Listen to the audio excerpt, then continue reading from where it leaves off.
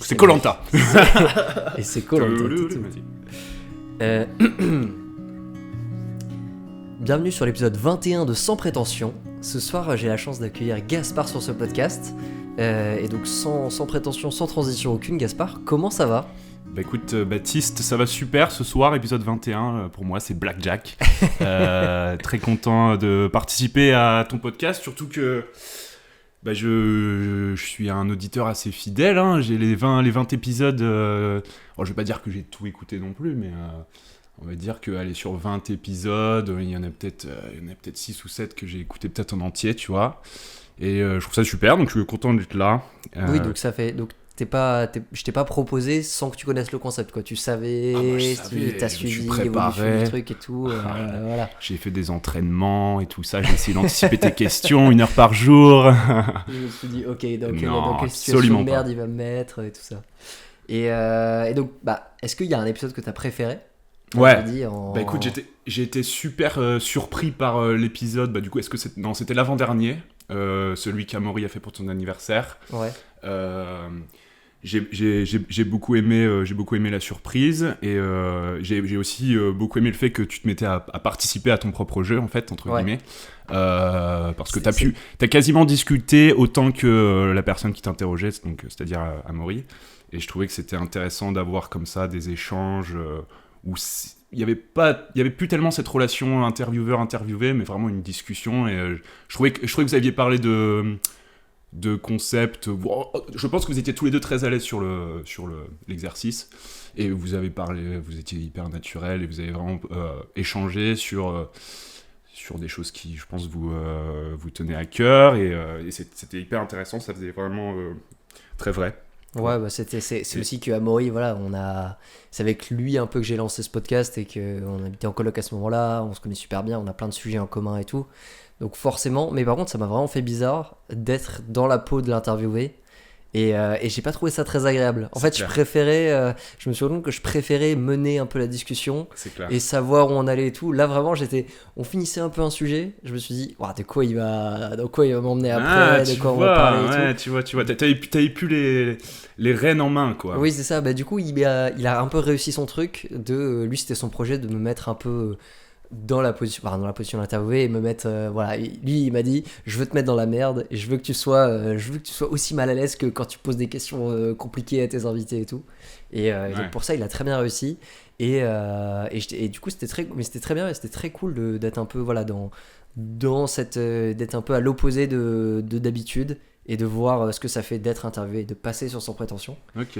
Et donc je suis très content de te recevoir aujourd'hui, parce que normalement tu devais être on t'avait programmé pour être l'épisode, je crois que c'était l'épisode avec Alexis, c'était l'épisode où il a probablement fait le plus froid de l'année, puisque parce que tu devais venir chez moi pour enregistrer. Tempête de neige, toute relative pour notre nord de la France, qui t'a empêché. C'était début janvier. On a préféré jouer la sécurité. C'est ça, parce que vraiment, franchement, je crois que c'était vraiment le soir c'était une semaine assez catastrophique, mais c'était le soir de la semaine où vraiment les gens ne conduisaient même pas. Oui, où les gens se sont dit, on va rester chez nous ce soir. C'était verglacé, quoi. Les routes sont verglacées. Il y avait bien neigé, et ça commençait à verglacer même. Et pourtant, on avait quand même essayé d'anticiper un peu, parce que t'es pas la personne la plus simple à capter. Non. Par rapport au fait que tu sois en général sur un autre continent par rapport à nous, parce que tu vis aujourd'hui aux États-Unis depuis quelques années maintenant. Et donc t'as un peu bougé aux États-Unis. Aujourd'hui, maintenant, t'es basé à New York. Avant, t'étais à San Diego. Donc pour les moins basés, tu vis là-bas. Ouais. Pour les moins néophytes des États-Unis, donc t'étais sur la côte ouest des États-Unis à San Diego. Et maintenant, t'es sur la côte est, donc à New York. Donc vraiment les deux opposés sur ce continent américain. Voilà. Et donc toi, t'es...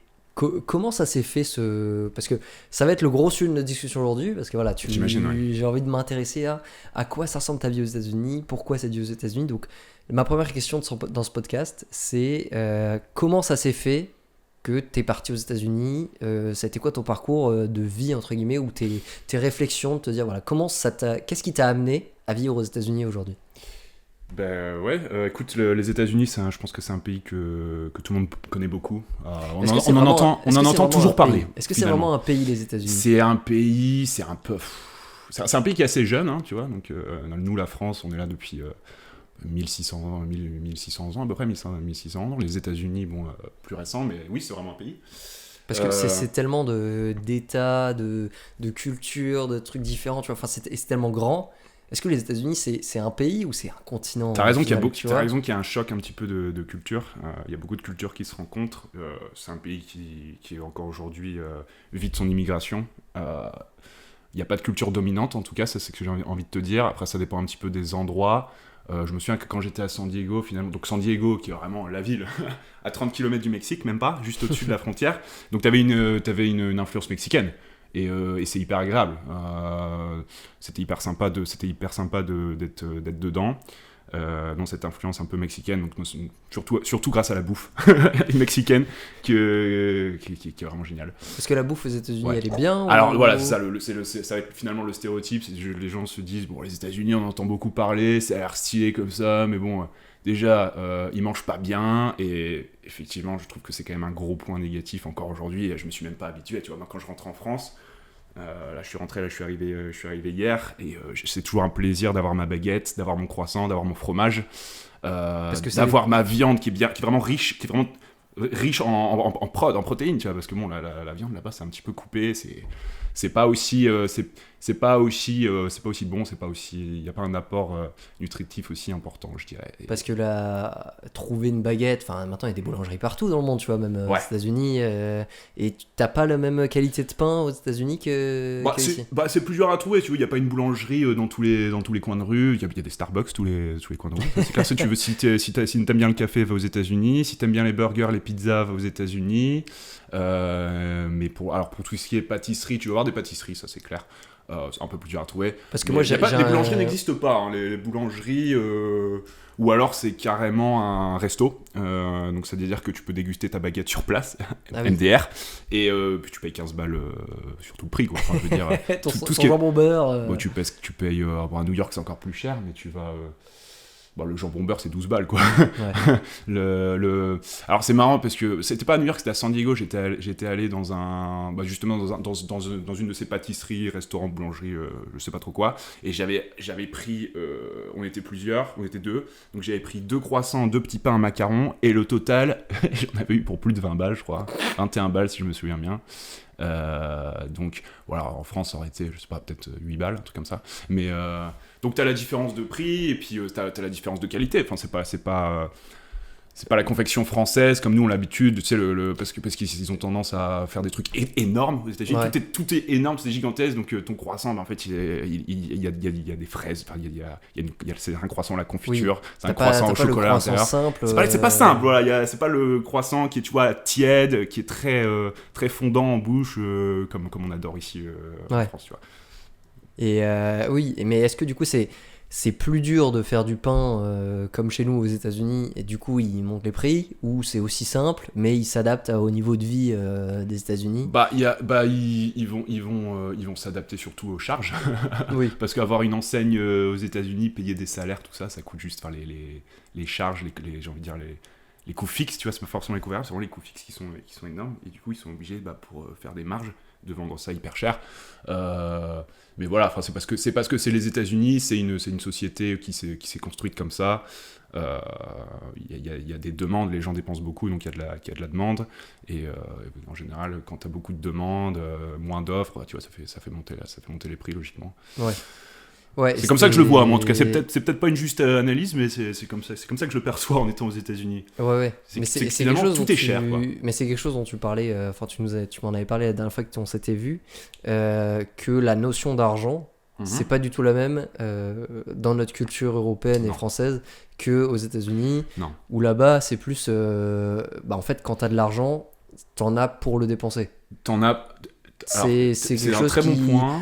T'es pas amené à... Faut pas stocker ton argent, quoi. Ton argent, il faut toujours qu'il vive, circule, ouais. T'as pas des comptes épargne aux États-Unis, quoi. Voilà, l'argent, c'est un flux, c'est pas un stock. Oui, c'est ça. Alors, c'est un très bon point. De toute façon, tu peux pas aller aux États-Unis sans ignorer l'argent. Je veux dire... voilà, les gens vont là-bas, on va pas se le cacher, c'est aussi pour avoir des gros salaires, pour être capable de plus consommer, de plus se faire plaisir.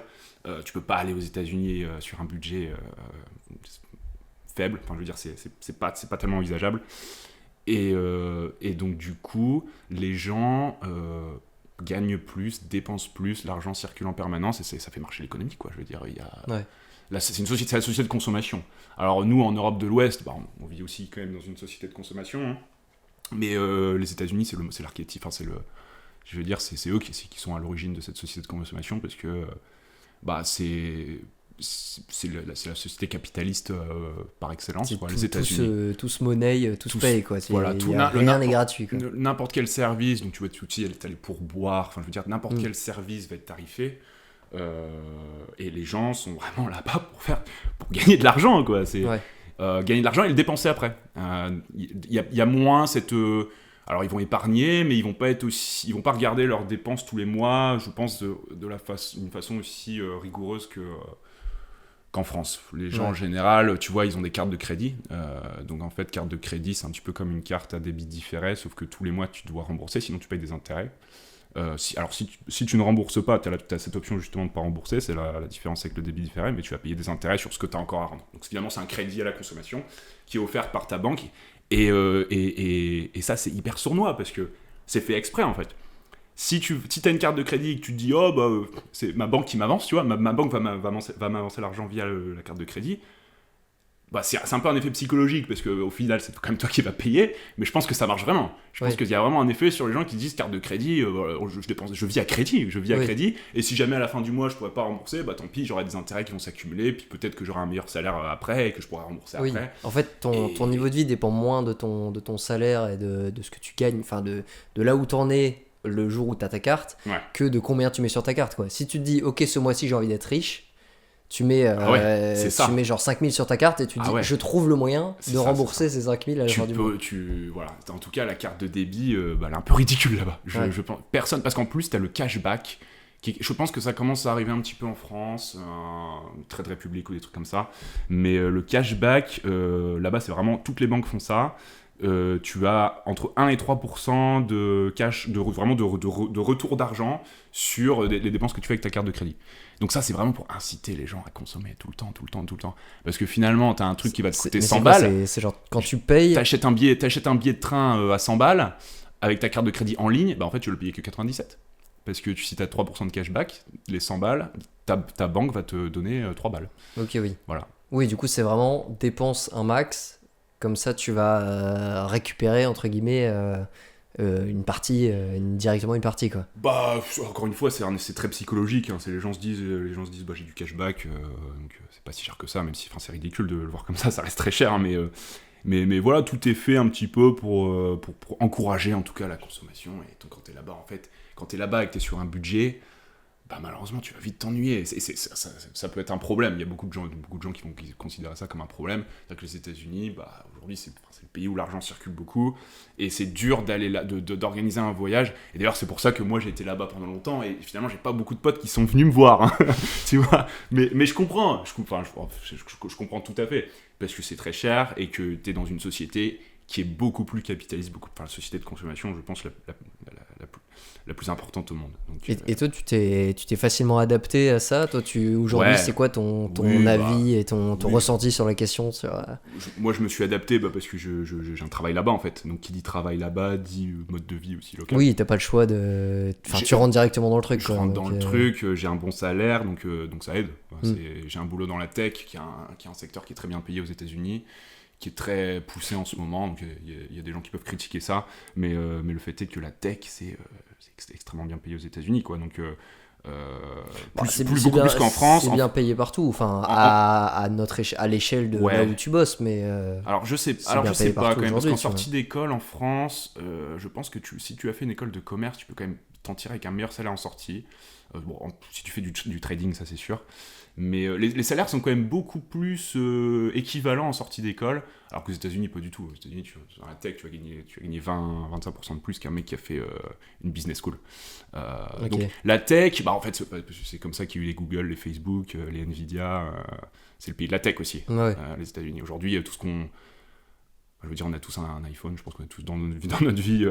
Bon, y a des réticents quand même, il y a des gens qui sont bloqués, qui sont restés fidèles à Samsung ou autre. Ouais, non, mais il y a aussi qui n'est pas américain. Il y a aussi des envies de plus être dépendant de ce système, quoi.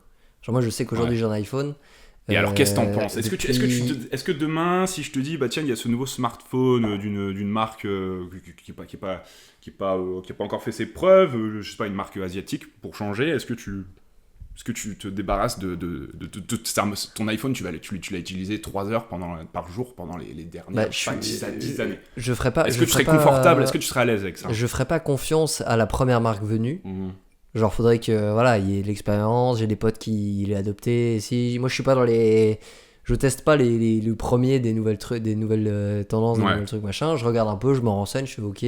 Là, je sais que iPhone et Apple entre guillemets sur les téléphones, ça me lasse un peu. Enfin, voilà, j'en ai eu toute ma vie entre guillemets jusqu'ici. Et je suis pas, et ça me blase dans la batterie ou dans le. Ils ont jamais vraiment réglé ce problème. Hein. Ils vont sortir le 17 là, mais moi j'ai le 15 et je trouve que c'est pas encore terrible. Hein. C'est-à-dire que ma batterie, je vais charger mon téléphone au moins une fois par jour. Alors après, est-ce que je vais le charger complètement ? J'en sais rien. Mais... Non, mais surtout, moi, c'est le truc j'utilise très peu. Je pense que je fais partie des gens qui utilisent le moins leur téléphone. Mais tu vois, genre, le jour où j'en ai besoin en termes de GPS et que je fais 8 heures de route dans la journée, ça me casse les couilles de me dire, ok, il va falloir que je prenne une batterie externe parce qu'il va pas tenir la route, quoi. Alors que j'utilise que pour ça. C'est vrai que toi, tu es souvent en vadrouille en plus, à la scout. Mais genre, j'utilise pas mon téléphone, tu vois, au quotidien et tout. Et je me dis, putain, mais dès que je l'utilise un peu sérieusement, ou que j'en ai vraiment besoin, faut que tu dises, ok, faut que j'ai un câble avec moi, il va falloir que je le recharge un moment. Si je pars en soirée et qu'il a pas 100%, et que la soirée dure un peu, t'es nerveux, ça te rend nerveux. Pas chez moi le soir. Non, mais ça me rend pas nerveux. Il y a une vraie phobie, hein. Il y a la phobie des gens. Et même, tu vois, en termes de durabilité, là, je sais que les 2 ou 3 derniers modèles que j'ai eus, peut-être que je les garde trop longtemps et du coup c'est moi qui suis pas dans le bon rythme d'utilisation, hein, mais là à chaque fois j'ai la caméra avant l'objectif qui finit par se niquer et je sais pas c'est dû à quoi, mais du coup mes photos de caméra avant elles sont dégueu parce que l'objectif il est un peu je sais pas il y a de la poussière, il est encrassé machin et derrière ça va encore machin, mais c'est toujours des petits trucs et tout et je me dis et j'en ai marre de dépendre de ce système et de me dire ok c'est les téléphones les plus chers du truc et je continue de leur donner de l'argent machin alors que en vrai je suis pas convaincu, tu vois. C'est très cher. C'est trop cher pour ce que c'est. Et je trouve ça trop cher pour ce que c'est. C'est trop cher parce que c'est Apple et qu'ils ont une base de clients qui est ultra fidèle. C'est comme ça qu'ils ont construit leur business plan. J'entends l'argument de un téléphone, tu peux mettre de l'argent dedans parce que tu l'utilises tous les jours, parce que machin, tu fais tout avec et tout. Mais je me dis, en vrai, moi, mon téléphone aujourd'hui, j'essaie de m'en détacher, de moins l'utiliser, l'utiliser pour téléphoner, prendre une photo de temps en temps et tout. Je me dis, s'il répond pas à ces critères-là de base, et la batterie, tu vois, c'est typiquement si je l'utilise pas de la journée et que le matin il était à 100% et que le soir, sans l'avoir utilisé, il est plus qu'à 15%, je me dis, ça commence à faire chier, quoi. Donc, c'est beau ce que tu nous dis, Baptiste. Je trouve que ça fait réfléchir. A-t-on vraiment besoin d'un iPhone ? Je ne pense pas, mais voilà, on est tous complètement accros, je pense. Et de toute façon, on est une société qui est société addictive aujourd'hui. Hein. Oui, non mais ça reste de la technologie très performante et qui marche très bien. À 2 pointes, vraiment. Et avoir un iPhone, ça permet de faire beaucoup de choses quand on a un bon, quand c'est à la pointe, machin. Mais je me dis, ça coûte quand même très cher. Et pour avoir vraiment un truc qui marche bien, faut suivre l'évolution des modèles.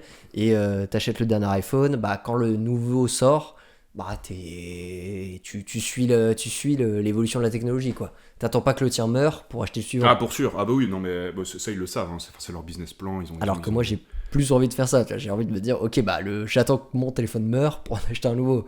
Sauf que c'est. Et du coup, t'as tous les, je sais pas. Sauf que le truc meurt jamais, mais juste, petit à petit se dégrade, quoi. J'ai connu ça aussi. C'est vrai que j'étais comme ça. De toute façon, moi, j'ai eu un téléphone assez tard. Aujourd'hui, quand on voit à quel âge on donne les téléphones à des gosses, je trouve ça assez grave, mais on a commencé gentiment, quoi. On a commencé avec des modèles assez bas de gamme, qu'on utilisait moins, qui étaient complètement pétés, mais tu vois, on s'en foutait, l'écran, il y avait des rayures dessus. Je me souviens qu'une fois, t'as explosé ton portable en vacances, toi. Ouais. C'était assez drôle, mais ça nous prenait... on s'en fichait, hein, ça coûtait pas hyper cher à l'époque, puis on continuait à s'en servir. Et Non, voilà, surtout que nous, c'était vraiment pour le truc de. Bah, on a besoin pour téléphoner. Enfin, de toute façon, c'est l'évolution des pratiques aussi. Juste nous, on s'envoyait des SMS à l'époque. Ouais. Aujourd'hui, t'as envie d'envoyer des messages sur Insta, t'as envie d'avoir ton compte Insta, machin. Tu mets rien de vraiment important dessus, mais, Aujourd'hui, c'est rigolo et c'est sympa pour communiquer avec les potes Non, et tout au quotidien. Donc, Je sais, mais il y a vraiment certaines personnes qui voient ça comme un outil de travail, des gens qui vont en fait investir leur temps sur leur téléphone parce que tu as beaucoup plus de logiciels, d'applications qui sont disponibles maintenant. Tu peux le travailler avec ton portable si oui, t'as besoin de après il y a vraiment des gens ordinateur. qui l'utilisent comme un outil de travail et de. Ouais, mais je pense qu'il y a surtout beaucoup d'addictions. Il y a beaucoup d'addictions aux réseaux sociaux. Il y a beaucoup l'effet aussi d'avoir le modèle dernier cri.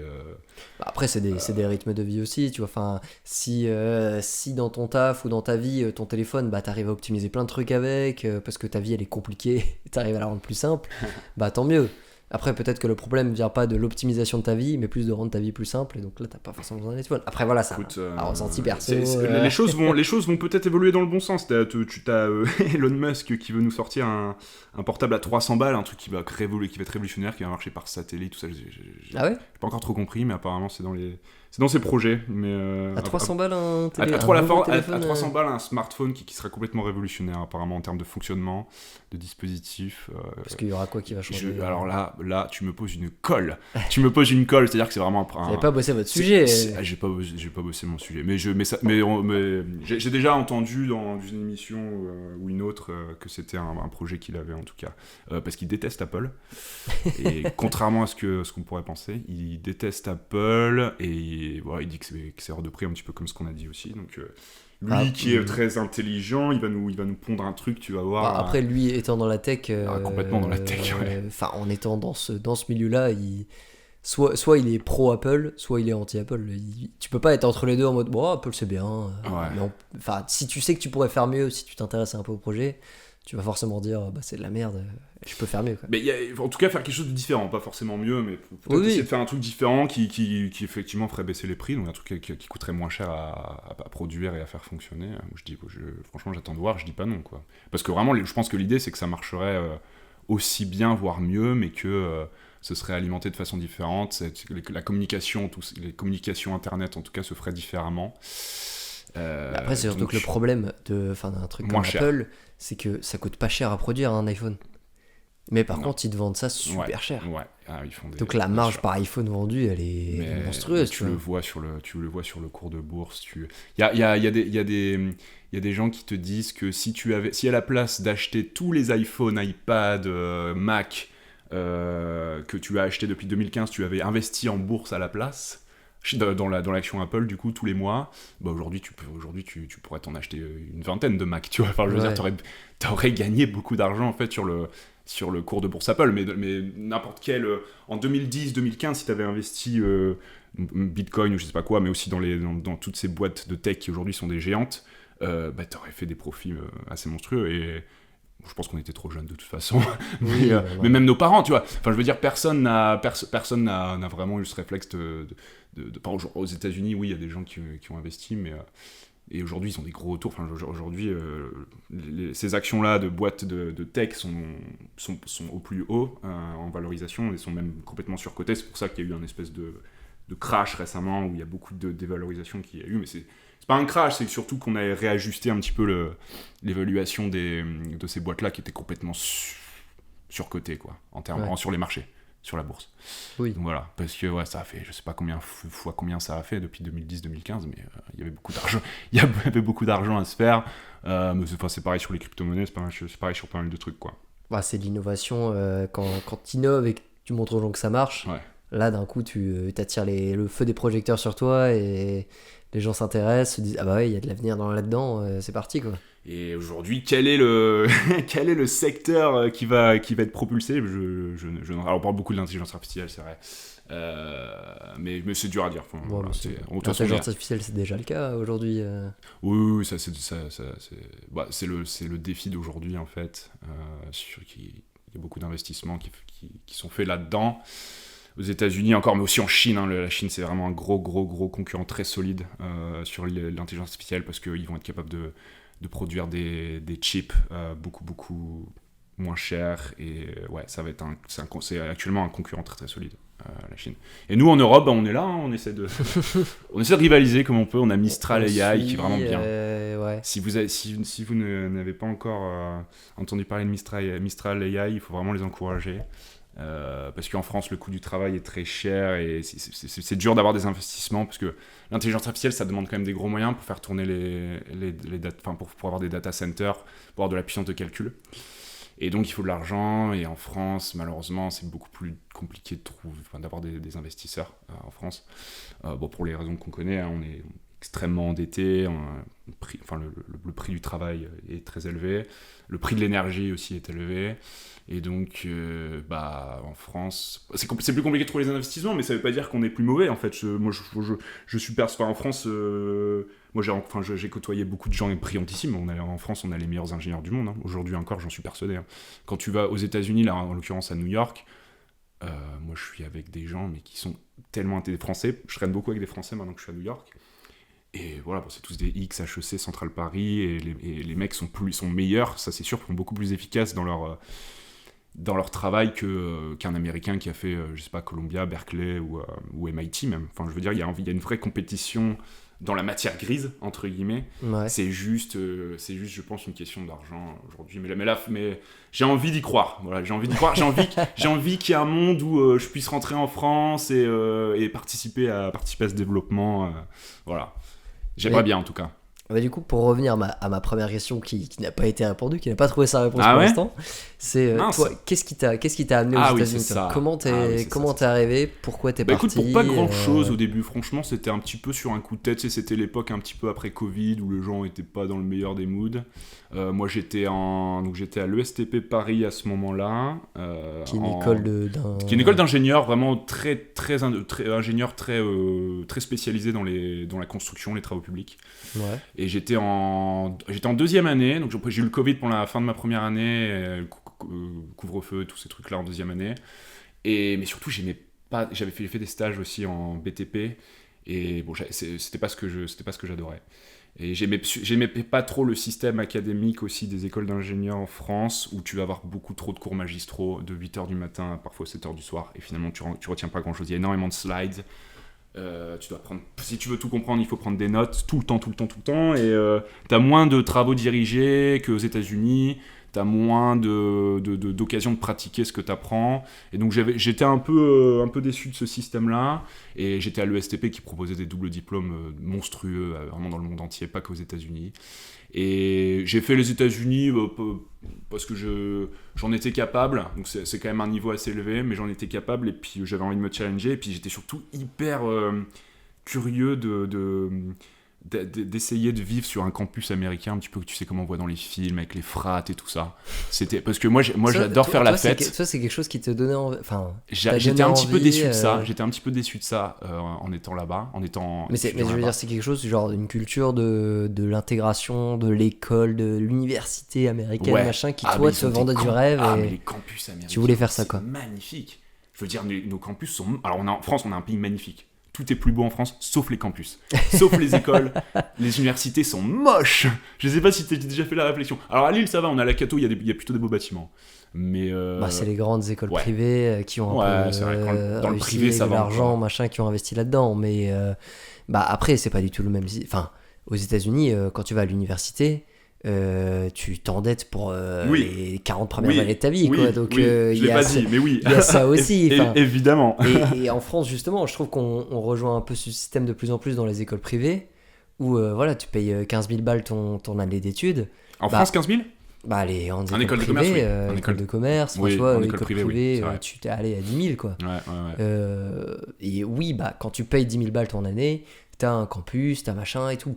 Mais quand on prend un peu de recul sur le truc, tu dis payer 10 000 balles une année d'études sans avoir. C'est faramineux. Après, voilà, c'est peut-être une dérive de la culture des États-Unis. Mais je pense qu'aux États-Unis, quand tu payes aussi cher, t'as beaucoup plus. Mais tu m'as dit 10 000, mais c'est pas 10 000, c'est beaucoup plus. Aux États-Unis. Tu fais x4 ou x5 pour une école qui est labellisée publique. Parce qu'ils ont un petit peu un système privé-public, mais c'est très différent, on va pas rentrer dans les détails. Alors pour un truc qui est équivalent du privé, là tu fais x10 même. Ah oui. À l'année. Ah bah oui. x8, x9. Et pourquoi, pourquoi c'est aussi cher? Qu'est-ce qu'il y a? C'est une très très bonne question, ça, Baptiste. Donc, toi déjà, qu'est-ce qui t'a fait rêver et qui t'a donné envie d'aller étudier aux États-Unis? Et ensuite, qu'est-ce que t'as trouvé aujourd'hui, là, en l'ayant vécu? Qu'est-ce qui vraiment t'a touché et t'a fait kiffer, quoi.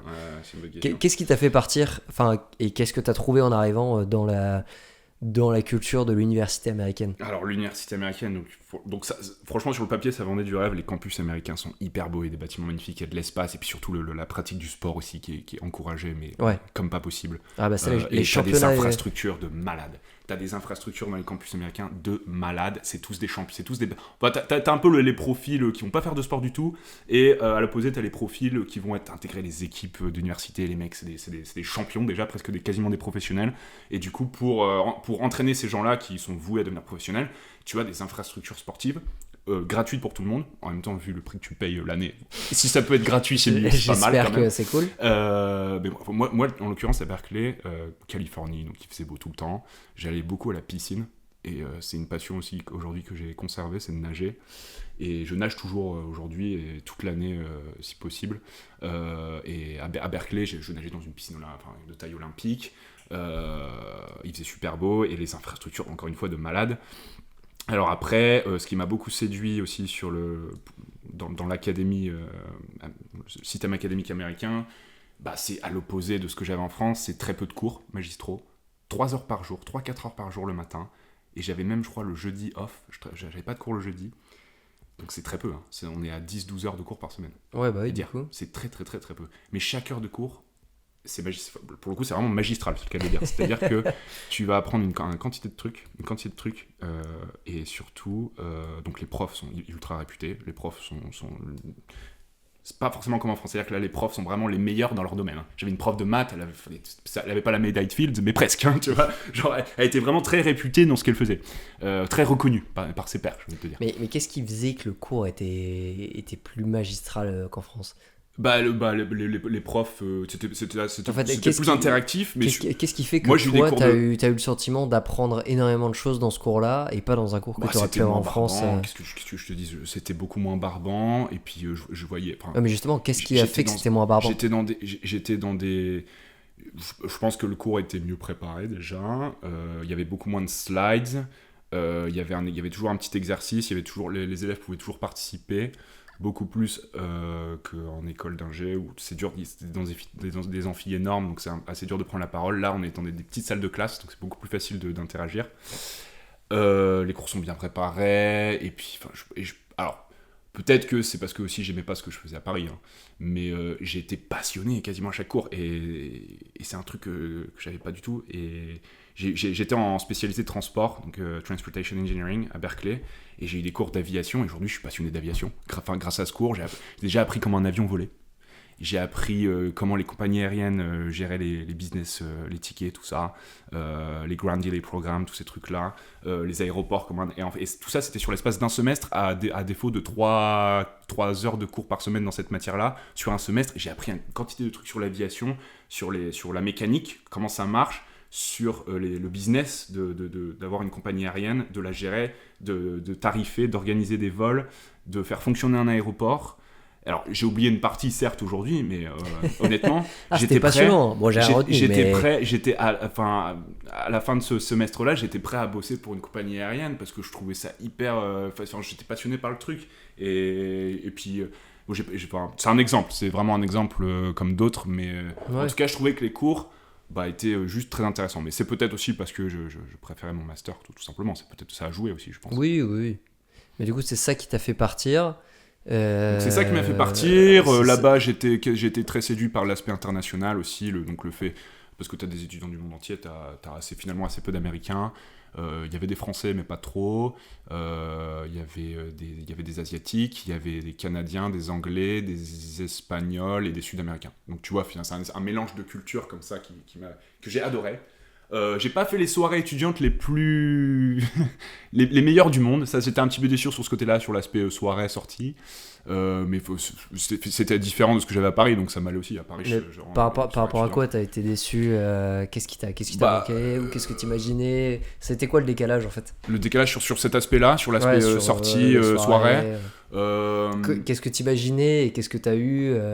Il y a assez peu de soirées organisées chez les uns chez les autres, tu vois. Ça c'est un truc. J'avais vu tu vois, dans les films, c'est toujours des soirées étudiantes aux États-Unis où ils ont tous des gobelets rouges là. Ouais. C'est le truc. Les bières pong, tout ça, c'est des trucs qu'ils font à fond aux États-Unis. Mais en fait, ça c'est surtout dans les frates. Et quand tu arrives, en fait, tu as un système aux États-Unis académique qui est divisé en deux. Donc undergraduate, qui dure 4 ans. Donc ça s'appelle lycée. Donc, du coup, entre la première année jusqu'à la quatrième, donc entre 18 et 21, 22 ans. Et où là, en fait, quand ils n'ont pas 21 ans, ils peuvent pas sortir. Ils peuvent pas. Quand la majorité pour boire de l'alcool aux États-Unis, c'est 21 ans. Ouais. Et donc, du coup, entre 18 et 21 ans, quand ils sont en undergrad, ils seront dans des frates où là, ils vont faire beaucoup de soirées parce qu'ils ne peuvent pas sortir. Donc ils vont faire beaucoup de soirées où ils s'invitent les uns les autres, ils vivent dans des baraques énormes, ils ont je sais pas combien de colocs, 8 ou 10 ou plus, et ils font des soirées comme ça, intra-frat. Et moi j'étais plus dans cette tranche d'âge-là quand je suis arrivé à Berkeley, j'étais en graduate du coup, et il n'y a pas de frat house réservé pour les graduate students. Et du coup j'étais dans un appartement beaucoup plus petit, j'avais que 3 colocs, et je sortais tout le temps dans les bars, sauf qu'à Berkeley, je sais pas si vous connaissez, mais je veux dire, c'est vraiment pas fou comme ambiance la ville. Alors c'est dans la baie de San Francisco, ce qui est quand même canon, mais San Francisco, il faut prendre le métro, et c'est un RER, et le truc ça met peut-être 45 minutes pour y aller, donc tu y vas vraiment une fois par semaine, quoi, une fois ou deux par semaine le week-end. Mais du coup les undergraduates, ils font des soirées avec de l'alcool et tout. Et ça, la undergrad, c'est vraiment comme tu vois dans les films, genre American Pie et tout ça. Ok, oui. Ouais. Mais du coup, c'est illégal, ils ont pas le droit de boire. C'est illégal, c'est complètement illégal. Le jour où il y a une descente de flics, les pauvres ils prennent tous une amende assez sale, mais bon. Ok, oui. Je pense que. Oui, donc le cliché de la soirée stylée américaine, c'est pour les très jeunes et tout. C'est pour les mineurs, oui. entre guillemets. mais du coup, tout ça, c'est illégal en fait. C'est un cliché qui après, est interdit par la loi aux États-Unis. Il y a quand même des gens qui ont plus de 21 ans dans ces soirées-là. Hein. Oui. Parce qu'il y a des gens qui attendent un petit peu. C'est quand même destiné à des gens qui n'ont pas 21 ans. Et du coup, c'est quand même quelque chose qui est illégal de base. C'est complètement illégal. Okay. C'est complètement illégal, mais en général, tu vois, quand c'est une frat house, en général, les flics ne font pas trop chier. Enfin, je veux dire, il y a rarement des problèmes. Et en général, ça se passe plutôt bien, mais je veux dire, c'est illégal. Moi, j'ai eu une descente de flics dans un appartement. J'étais à Berkeley. Et il y avait des gens qui se sont fait virer par les flics parce qu'ils n'avaient pas 21 ans. Les flics sont arrivés, ils ont demandé la carte d'identité à tout le monde, quoi. Et pour certains d'entre eux, ça s'est très mal passé, quoi. Ouais, j'ai un petit frère qui est actuellement aux États-Unis et qui n'a pas 21 ans, du coup, qui a 20 ans. Et il nous a raconté qu'il allait dans des soirées, dans des bars, machin. Et en fait, déjà, à l'entrée du bar, on te prend ta carte d'identité. Donc là, on la garde. Ils sont très stricts. On la garde en stock. On te fait une croix au feutre indélébile pour dire en mode voilà, tu montreras ta main et on verra qu'il y aura une croix. Il a déjà de la chance de rentrer dans le truc. Hein. Et après, on te fait une autre croix au feutre UV invisible. Ouais. Parce que comme ça, si tu arrives quand même à enlever ta croix, et on check avec un feutre UV machin, et là on voit qu'il y a une autre croix derrière, quoi. Et à la fin, et quand tu ressors, on te fait souffler dans le ballon. Et on te rend ta carte d'identité que si t'es négatif. Mais zéro, c'est pas mal ça. C'est à Miami, c'est ça? Ouais, c'est côté de la Floride et tout. Ils sont stricts. Là, j'ai une anecdote. Et pour le coup, du coup, je me suis dit, c'est bien. Lui qui picolait un peu ici, parce que 18 ans, c'est bon, ici en France, tu peux y aller. Ouais, c'est fou. Hein. Et là-bas, à 20 ans, il a fait un petit semestre d'études, 6 mois là-bas. Il a pas dû picoler beaucoup, je pense. Pourtant, il te donne le permis de conduire à 16 ans. Hein. Il y a des disparités assez folles. Hein. C'est ça qui. Et même. Mais c'est bien, c'est bien. Je veux dire, comme ça, pendant 5 ans, tu conduis sans alcool, quoi. C'est très bien, ça devrait être pareil. Ça t'apprend à conduire. Ça t'apprend à conduire, sans trop. Et même le port d'armes aux États-Unis, c'est quoi la règle? Alors, ça, je t'avoue que je suis pas hyper bien renseigné. J'ai déjà tiré une fois l'arme à feu, et ils s'en foutaient complètement. C'est-à-dire que je suis rentré dans le shooting range. J'ai quand même montré ma carte d'identité, mais après, les mecs, ils nous ont filé des AK-47, des AR-16, alors qu'on n'avait jamais tiré avec mon pote. Donc en fait ça s'appelle des ça n'existe pas en France, je pense que c'est interdit, mais aux États-Unis, comme le port d'armes est autorisé, tu vas avoir des trucs pour touristes en fait, enfin pour des gens qui veulent vraiment essayer l'arme à feu, des shooting range où là tu vas pouvoir essayer un tas d'armes à feu, tu vas pouvoir tirer sur des cibles et tout ça.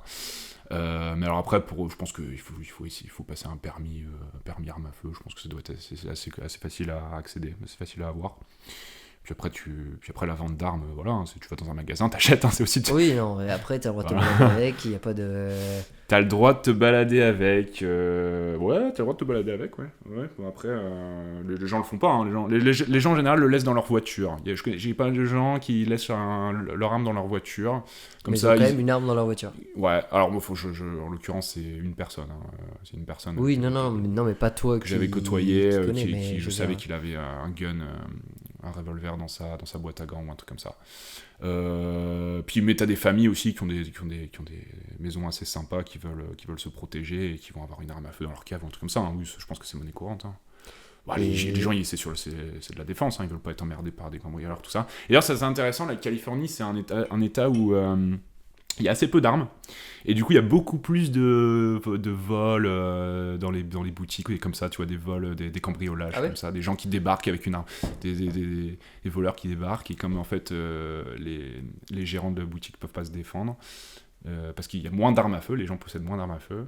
Mais quand tu es gérant d'une boutique, t'as pas une arme dans ta boutique En Californie, en l'occurrence, je pense que beaucoup moins. C'est pas une habitude. C'est un État qui est très très libéral, donc opposé à plein de trucs. Opposé au port d'armes. En l'occurrence, la Californie, c'est très libéral. Peut-être un État qui est plus proche de la mentalité française. Enfin, tu vois, genre, oui, en France, je pense qu'on n'est pas prêt d'avoir des armes. C'est clair. Moi, je suis contre aussi d'ailleurs. Non, mais tu vois, sur le domaine de la santé, sur le domaine du port d'armes, sur le domaine de l'éducation, il y a plein de trucs où, en France, on est beaucoup plus proche du côté libéral américain que du côté... Oui, mais pour le meilleur, hein, pour le meilleur. Enfin, je pense que le système de santé, c'est quelque chose qu'ils aimeraient bien avoir, par exemple.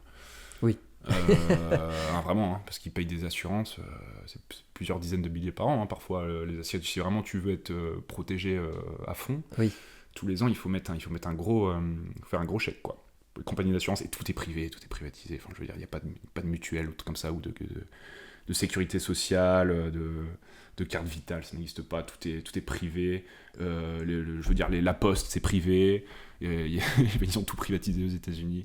L'hôpital, c'est privé. Les pharmacies sont privées. Les pharmacies sont privées. Je dis ça parce que je sais que ta mère est pharmacienne. Ouais. Aux États-Unis, c'est privé. T'as des marques de pharmacie. Oui, tout le système de santé, de toute façon, il est privatisé. C'est pour ça que ça coûte si cher. La poste aussi, c'est dingue. Il y a des postes qui se font concurrence aux États-Unis.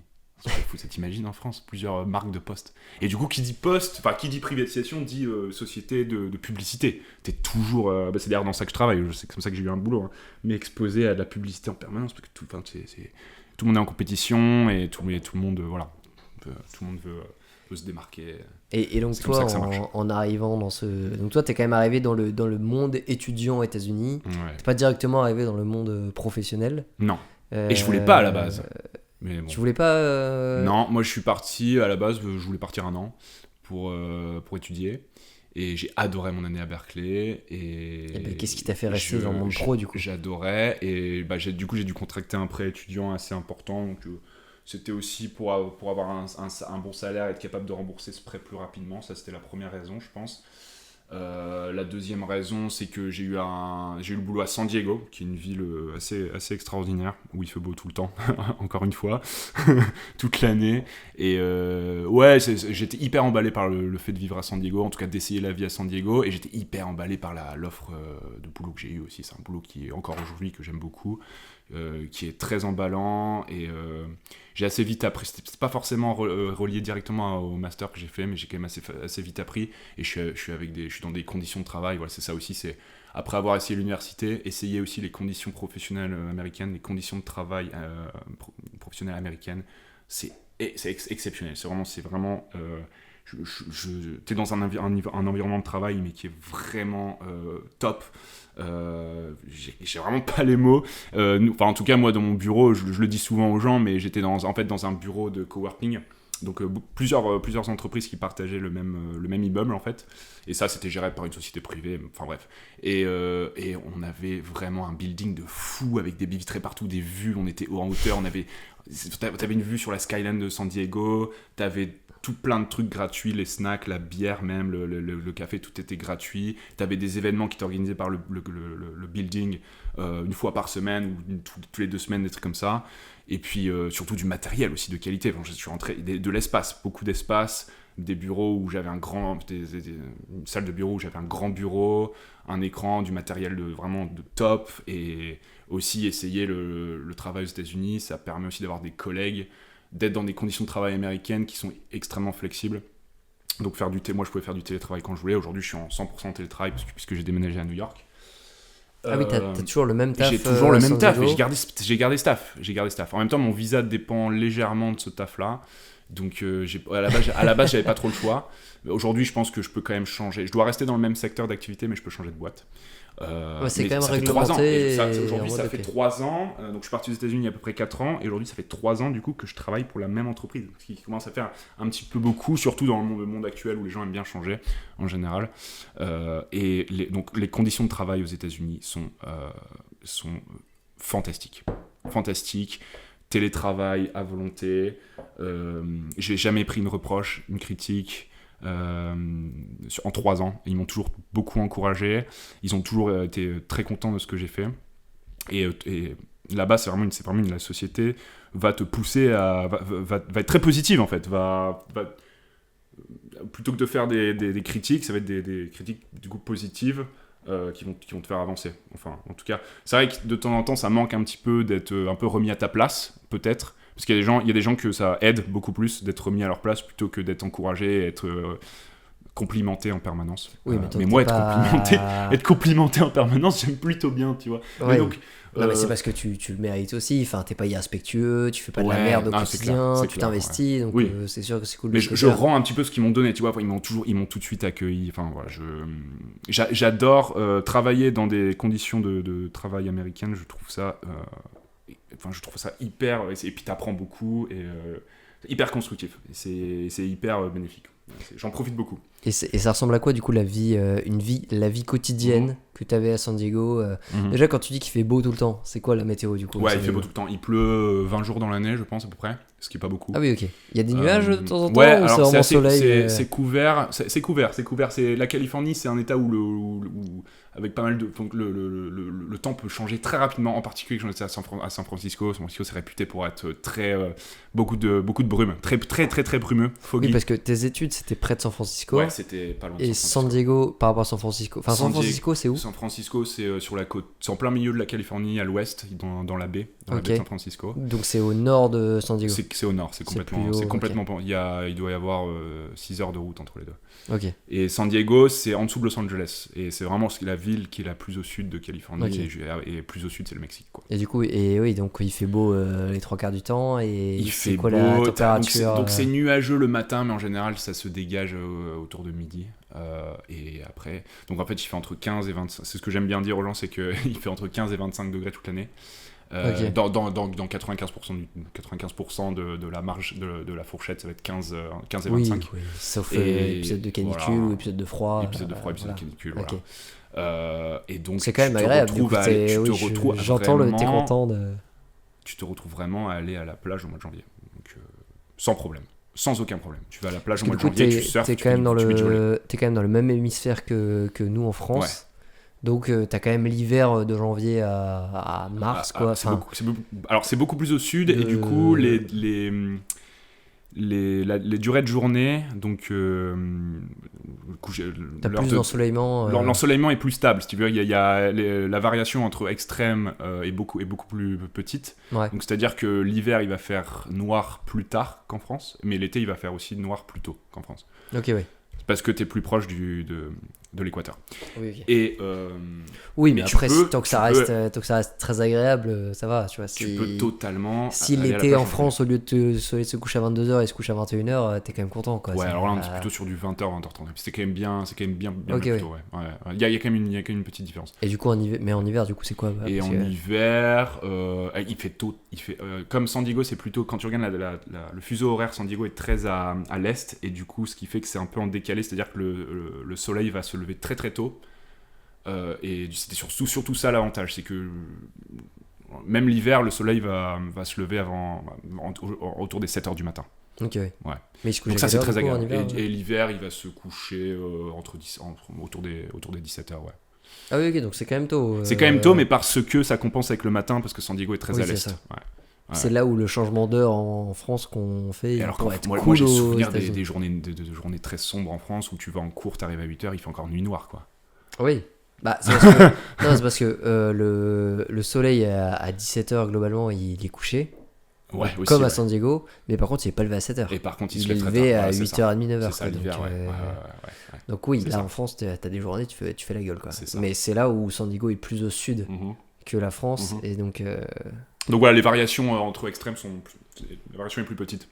Bon, Ok. c'est juste un truc à savoir, mais globalement, t'es juste content d'avoir du soleil toute l'année, quoi. Parce que je veux dire, encore une fois, tu peux aller à la plage toute l'année. Et moi, je faisais mes activités toute l'année, du coup, donc encore une fois, j'ai dit que j'adorais la natation. Maintenant, bah, je pouvais nager 2 fois par semaine toute l'année à l'extérieur. Piscine extérieure, c'est que des piscines extérieures qu'ils ont là-bas. Et j'avais toujours chaud. Enfin, je veux dire, j'ai rarement eu froid en allant nager. Et j'allais surfer aussi, moi, je faisais du surf à San Diego. C'est la mecque du surf, un petit peu la Californie du Sud, entre LA et le Mexique. Il y a beaucoup de belles plages de surf avec des belles vagues.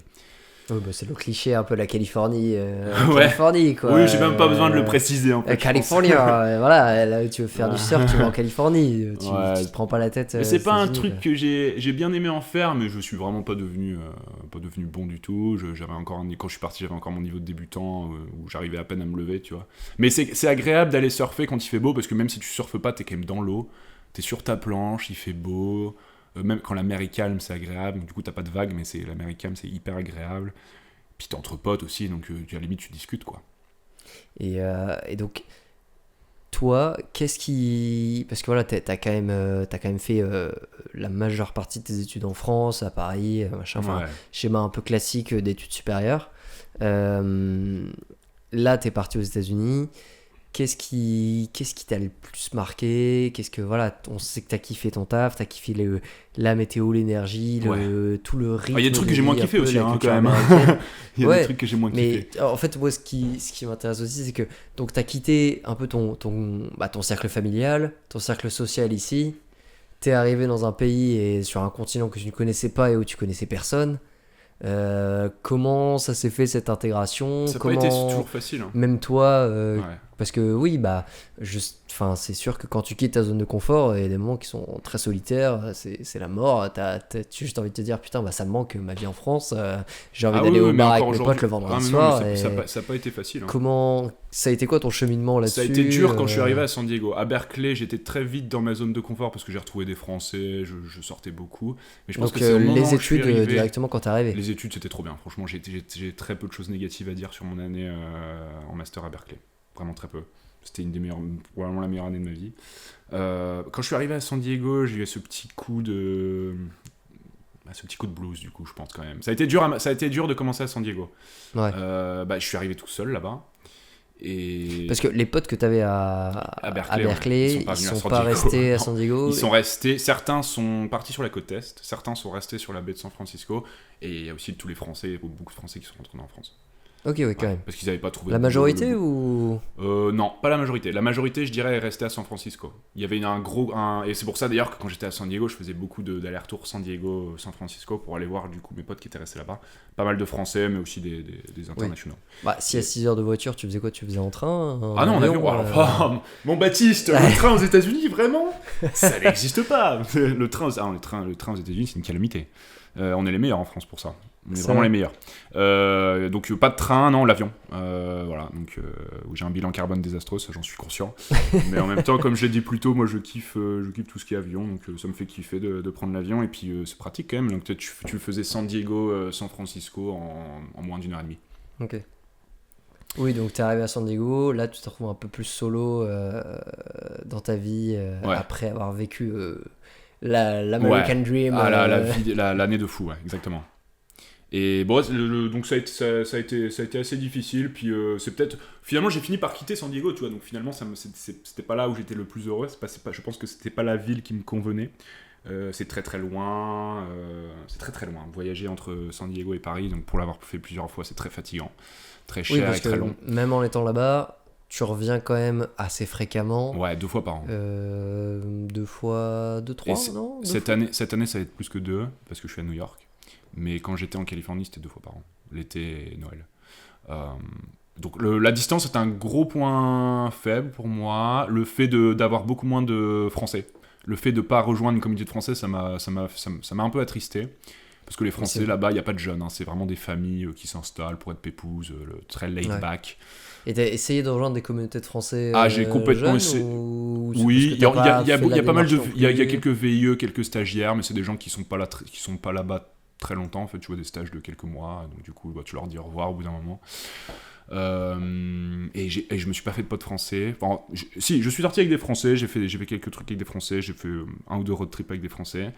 Mais malheureusement on n'est pas resté potes parce qu'il y en a certains qui sont partis encore une fois. On n'habitait pas au même endroit. San Diego, c'est très vaste, très étalé, c'était compliqué de se voir. Enfin, j'ai pas été intégré hyper bien dans une communauté de Français, et c'est un truc qui pour moi est important.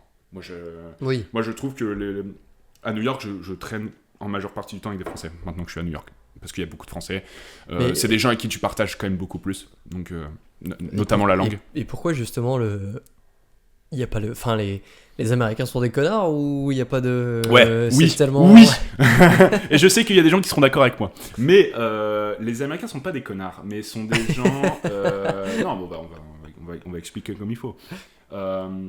Assez individualistes, beaucoup moins dans le sociable, un peu dérangé parfois, et avec qui c'est assez compliqué d'avoir des discussions qui vont durer plus d'1 heure. Alors qu'en fait, c'est vraiment des gens qui vont être très dans la rencontre, qui vont être contents de te parler, mais vraiment assez brièvement. Tu vois, ils sont un petit peu plus dans l'hypocrisie, un peu moins sincères, un peu plus individualistes, encore une fois.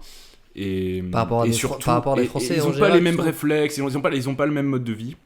Par rapport aux Français, moi je compare vraiment par rapport aux Français, quoi, quand même. Parce que pas juste par rapport aux nordistes, parce que t'as vécu à Paris, t'as connu des Parisiens. Oui, non, les Parisiens, j'adore, j'ai beaucoup de potes parisiens, j'ai énormément de potes parisiens aujourd'hui, y a pas de problème. Oui, donc c'est pas vraiment par rapport à la culture française. Par rapport à la culture française. La culture des Américains. Ouais.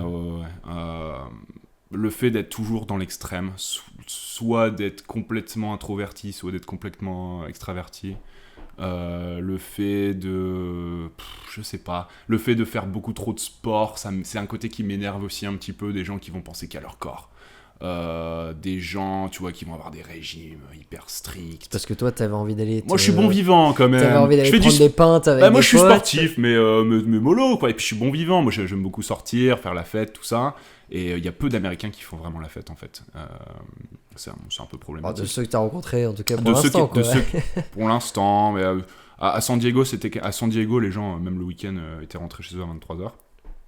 Et en Californie, tu as une règle, c'est la loi, ils peuvent pas vendre d'alcool après 2h du matin. Et donc, du coup, tout ce qui est boîte dans de nuit, les bars et tout, boîtes, ok. Même les 7-Eleven ou les convenience stores, les trucs, les supermarchés, ils peuvent rester ouverts la nuit, mais ils ne pourront pas te vendre d'alcool. Et du coup, ils font quoi? Ils ferment leur alcool. Tout ce qui est bar, du coup, un bar qui ne peut pas vendre d'alcool, c'est un bar qui opère à perte. Donc, ils ferment. Et les boîtes de nuit, pareil. Ça ferme à 1h30 en général. Les gens sont déjà partis à 1h de toute façon. Donc, ah ouais? La vie nocturne en Californie est désastreuse. Désastreuse. En Californie ou en Californie. Aux États-Unis en général aussi Surtout en Californie. À New York, non. À New York, c'est très bien. C'est New York. Mais est-ce que New York, c'est à Miami, tu vas bien t'amuser aussi. Enfin, après, je pense que c'est pas que ce soit l'état d'esprit du voyage de famille. Voyage de famille, mais est-ce que c'est parce que New York est un peu un ovni dans la culture américaine, parce qu'il y a plein de touristes et tout? New York n'est pas américain pour moi. New York, c'est une ville. Oui, quand tu vas à New York, tu visites pas les États-Unis, quoi. Tu visites tu visites quand même l'icône des États-Unis. Tu visites New York. C'est iconique, New York. C'est comme quand tu vas à Paris, tu visites pas la France, tu visites Paris. Ouais, c'est un peu... Ouais, c'est iconique, mais moi je parle plutôt en termes de population. Je trouve qu'il y a tellement d'internationaux. Mais même moi, je veux dire, en étant français, quand je vais à Paris, je visite... Enfin, tu vois, je visite Paris, je visite la ville de Paris, la façon de vivre à Paris. Et tu vois, donc je pense que c'est aussi ça le truc dans les grosses villes des grands pays, mais après comme partout, enfin tu vois, c'est pas un truc négatif, mais genre quand tu vas à New York, New York c'est la ville la plus touristique des États-Unis, donc forcément c'est fait pour les touristes.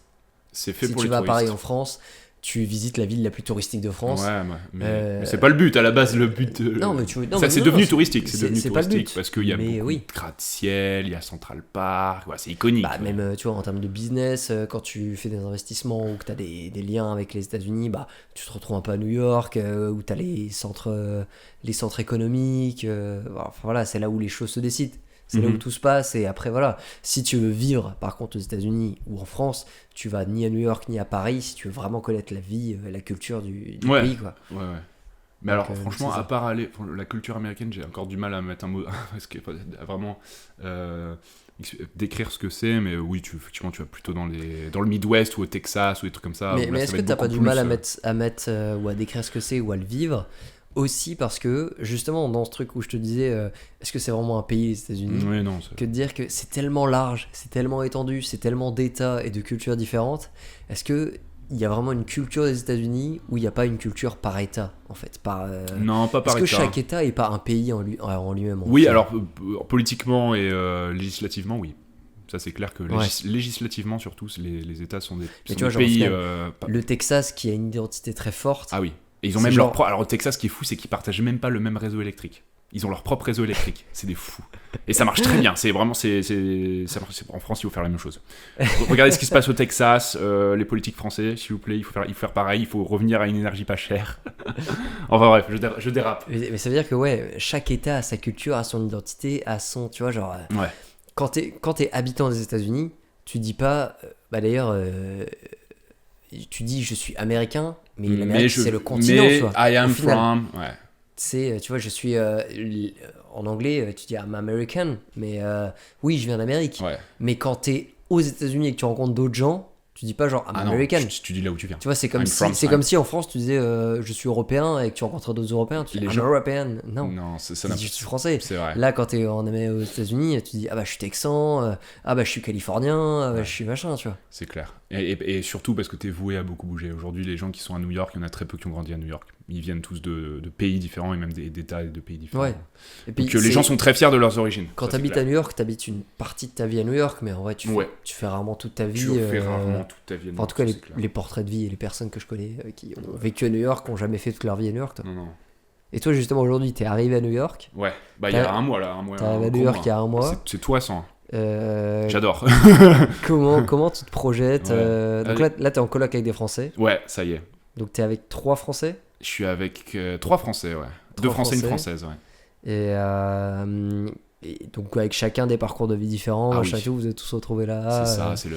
Et t'habites à New York, ou t'habites genre banlieue de New York, York City, en New mode York. comme les gens qui disent qu'ils habitent à Non. Paris, mais en vrai ils habitent à 2 heures de Paris en RER. Alors, J'habite c'est dans quoi l'Oise, en pour vrai, toi mais j'habite à Paris, C'est quoi. quoi pour toi New York, Betty? C'est une question intéressante.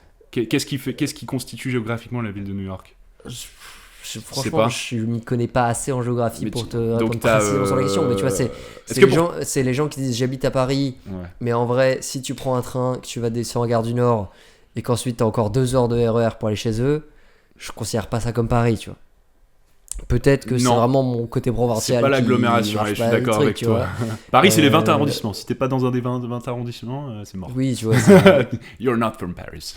Tu vois, quand t'habites dans l'Oise, au sud de l'Oise, bordure de peu de. Ah bah, t'habites le Rio, Val d'Oise, ouais. T'habites pas à Paris, tu vois. À Roissy. T'es gentil, mais t'habites pas à Paris, tu vois. Non. Bah, à New York, c'est un petit peu comme quand je t'ai dit les 20 arrondissements. Pour être parisien, pour moi, il faut être dans un des 20 arrondissements. À New York, il y a 5 quartiers. Le plus Oui. célèbre, le plus touristique étant Manhattan, le plus cher aussi. Manhattan. Donc peut-être que pour toi, c'est ta question. Est-ce que tu vis dans Manhattan même? Est-ce que tu es vraiment le New-Yorkais Bah, est-ce que tu vis dans un qui des se lève tôt, qui se couche Est-ce que tard? tu vis dans un des 5 quartiers Oui, les plus, voilà. Je suis à Brooklyn, moi. Donc, Brooklyn. I'm in Williamsburg, Brooklyn. Mais oui, je suis à Brooklyn et je suis très près de. Donc Brooklyn, c'est de l'autre côté de la rivière Est. Donc t'as Manhattan à l'ouest et t'as la East River, et de l'autre côté de l'East River t'as Brooklyn, et moi je suis vraiment au bord de la rivière, donc je suis pas très loin.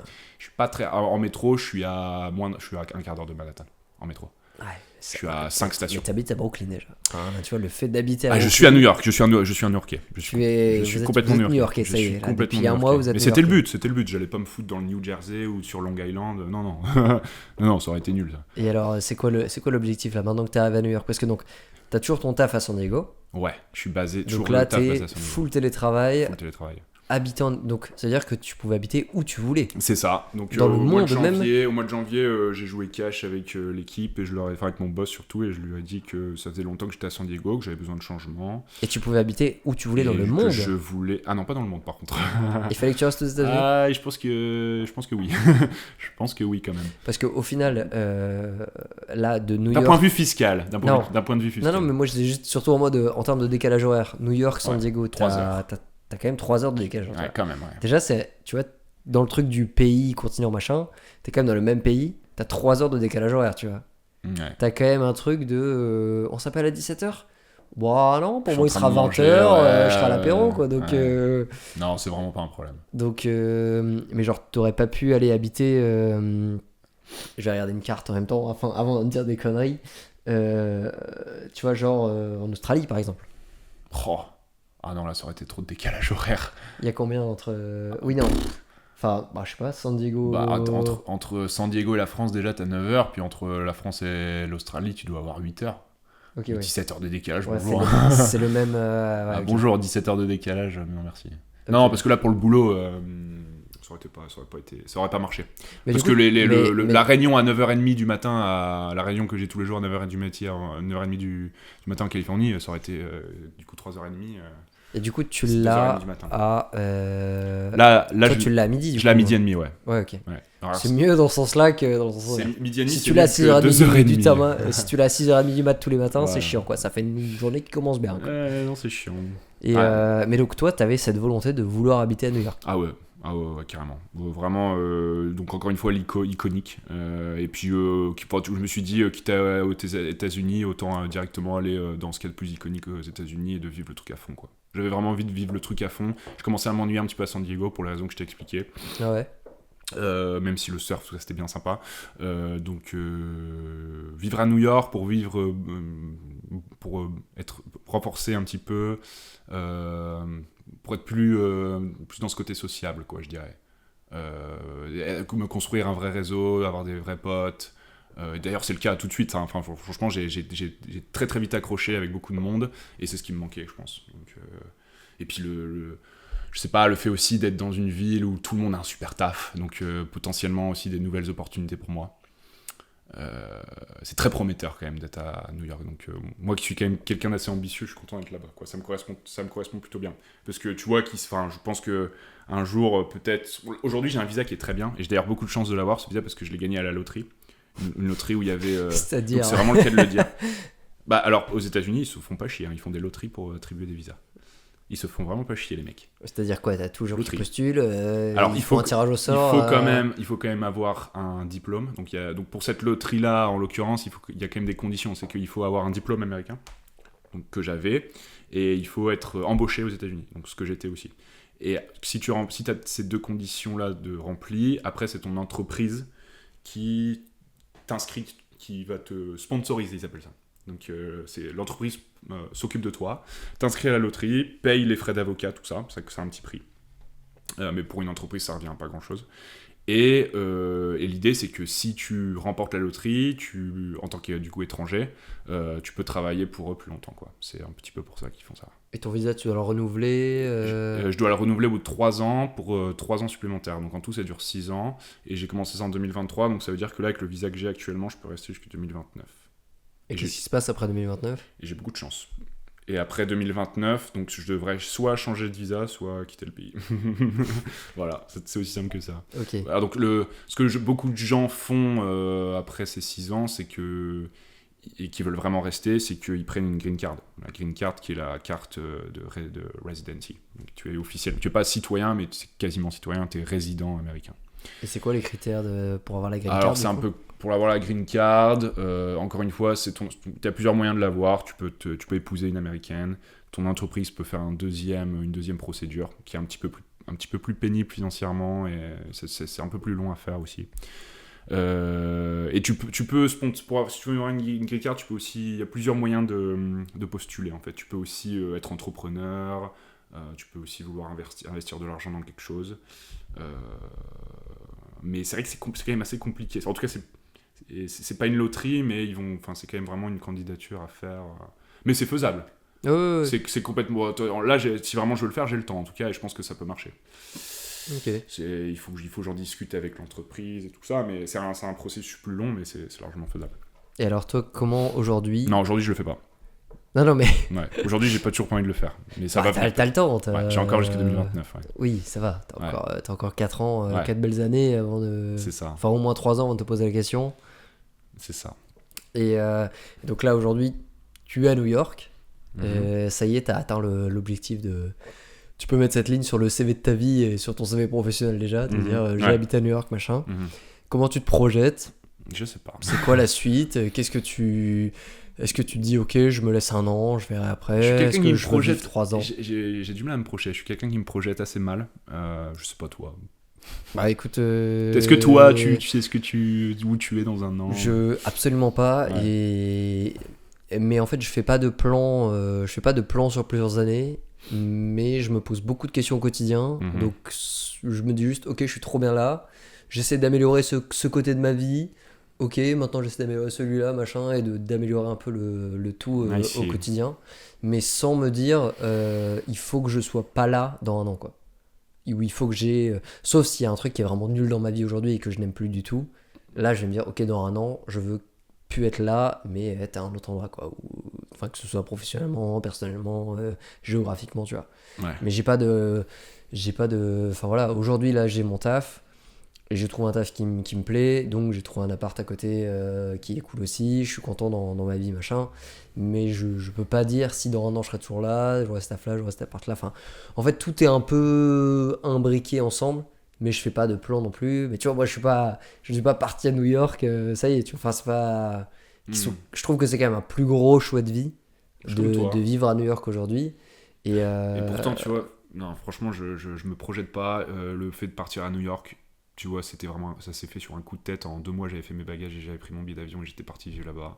C'est-à-dire que même quand je suis rentré cet hiver, donc à Noël, j'ai dit à personne que j'allais à New York. J'ai pris la décision fin janvier et mi-mars, j'étais là-bas, quoi, tu vois. Donc non, je suis dernière minute, je me projette pas, je vis le moment, je vis au jour le jour. Mais tu savais quand même que t'avais envie d'aller vivre à New York. Pour moi, il devait y... Non. C'était dans un coin de ma tête. Mais pour moi, il devait y avoir du changement. C'est-à-dire que j'allais probablement quitter San Diego. Je savais pas que j'allais quitter San Diego aussi vite dans l'année. Tu vois, pour moi, c'était plutôt l'été ou fin d'année. Et puis, juste, j'ai réfléchi un soir. Je me suis dit que c'était le moment de partir, quoi. Que j'avais rien qui me retenait là-bas et que je serais probablement plus heureux ailleurs. Et que j'avais vécu ce que je devais vivre là-bas. Et c'est ça qui est bien, c'est que j'ai pas détesté San Diego, loin de là, j'ai vécu pas mal de trucs intéressants. Donc, mais justement, comment tu fais je suis à un âge où c'est facile, je suis à un âge où c'est hyper facile de déménager. Hein. Mais comment tu fais pour te dire, ok, j'ai vécu ce que j'avais à vivre à cet endroit-là? Genre, qu'est-ce qui fera, ou qu'est-ce qui peut faire que là, aujourd'hui, t'es à New York, qu'est-ce qui peut faire que tu te dises, ok, il faut que je bouge de New York, ou il faut que je fasse autre chose en termes de taf, ou, enfin voilà. Ça va être quoi ton critère pour te dire le prochain choix de vie que tu vas faire, il va dépendre de ça? Je pense j'attache beaucoup d'importance à mon cercle d'amis et aux opportunités de rencontre. Donc c'est-à-dire que je suis jamais satisfait de mon cercle d'amis en fait. J'ai toujours j'aime bien rencontrer des gens. Donc il faut que ce soit une ville dynamique en fait, vraiment dynamique où je puisse sortir, ça c'est clair. Si jamais un jour je sors plus à New York, peut-être que j'envisagerai d'aller ailleurs. Mais est-ce qu'on peut avoir fait le tour de New York? Le réseau. Avoir un réseau, c'est important. Je connais quelqu'un à New York que j'apprécie beaucoup qui il regarde pas ses dépenses. C'est-à-dire qu'il n'a pas de budget, il dépense comme un malade, parce que pour lui, chaque dépense est un investissement. C'est-à-dire que le mec, un dimanche soir, il m'emmène au bar, on paye des pintes, et il me dit, écoute, ça m'a pas dérangé d'avoir payé, tu vois, pour aller dans un bar un dimanche soir, parce que je trouve que c'est intéressant d'échanger, et puis je sais pas, qui sait, peut-être que dans 5 ans, t'auras un taf pour moi, ou un truc qui m'intéressera, et c'est une philosophie de vie qui me plaît assez bien, tu vois. Ouais, bah du coup, c'est quoi? Il est toujours dans la dette, le service, le machin, enfin tu vois, il investit sur des relations sociales. Pour lui, chaque dépense, c'est vraiment, il perçoit ça comme potentiellement un investissement, quoi. D'un point de vue purement sociable. C'est-à-dire que pour lui, j'entends, mais c'est pas un peu malsain de réfléchir comme ça? Peut-être. Tu vois, c'est genre, enfin, moi, si je passe un bon moment avec un pote, on va dans un bar, machin, je paye une pinte, je suis pas en mode, bon, je te paye une pinte, voilà. Non, c'est surtout pour le plaisir aussi, c'est avant tout du plaisir. Bah, je sais qu'on passe un bon moment, je suis content d'être là. En fait, c'est moins un investissement que juste un investissement sur le moment présent. Genre se dire juste, bah, le moment est bien, j'ai envie de le prolonger. Ouais, c'est ce qu'on a fait d'ailleurs. Hein. C'est complètement ce qu'on a fait. Non, le mec est très, comment dire, le mec est quand même très ouvert, très bon délire, très bon délire. Donc t'as pas ce ressenti-là en lui parlant qu'en fait il investit en toi. Ouais. C'est ce que je veux dire. C'est pas du tout l'aperçu que tu as, le ressentiment que tu as quand tu sors avec ce mec. Mais par contre, le mec, ça lui fait pas peur de dépenser parce qu'il valorise, en fait, il valorise les échanges humains. Et je t'ai dit que il pensait, enfin, je t'ai dit que potentiellement il voyait ça comme des propositions de boulot et c'est comme ça, mais ça peut être autre chose aussi, tu vois. Peut-être qu'il gagne suffisamment bien sa vie du coup au quotidien pour pas se poser la question de se dire je suis pas une panne près à la fin du mois, quoi. Ouais, il y a ça aussi, mais tu vois, en l'occurrence, c'est pas le mec, enfin honnêtement, c'est pas le mec qui a le plus gros salaire non plus à New York. Enfin, et il a pas mal de dépenses à faire parce qu'en fait, comme il a pas eu cette loterie, la loterie dont je te parlais, pour prolonger le taf qu'il a actuellement, il doit repartir sur un master. Pour repartir sur un visa étudiant et du coup il repayait les frais, les frais de l'université, quoi. Ok. Voilà, hein. Mais pour revenir à ta question, je sais pas, je pense que les sorties c'est très important pour moi finalement. À New York, les gens... La vie sociale, quoi. Ce que j'aime bien dire, c'est qu'à New York, les gens travaillent plus mais boivent plus aussi. Enfin, quand je dis bois, c'est ils sortent, ils font la fête, tu vois. Donc ça, c'est une philosophie de vie qui me plaît, c'est-à-dire je me donne à fond dans mon taf et puis après, tu vois, je vais sortir plus souvent, c'est-à-dire qu'à New York, clairement, les gens sortent 4 fois par semaine. À San Diego, c'était 1 fois et encore. Mais là, à New York, les gens sortent beaucoup plus. Et tu vois, moi c'est vraiment pas un truc qui me dérange. Enfin, ouais, c'est travailler plus et sortir plus, tu vois. Vive la fast life. Et en ayant vécu, toi, donc en ayant connu un peu la vie à Lille, la vie en métropole lilloise, la vie à Paris, c'est pas une vie qui te donne envie de tester aussi à Paris, professionnellement parlant, toi, être à Paris, ou professionnellement parlant, être à Lille? C'est pas des choses qui te donnent envie de tester aussi À Lille, j'aime beaucoup Lille, mais je pense pas trouver de métier un petit peu équivalent à ce que j'ai.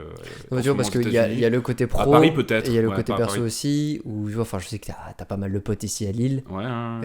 Est-ce que c'est pas quelque chose qui te donne envie de vivre un peu à Lille aussi Si, mais c'est très éloigné de la vie de New York. Je suis pas encore arrivé à un âge où je me dis voilà, je me pose, quoi.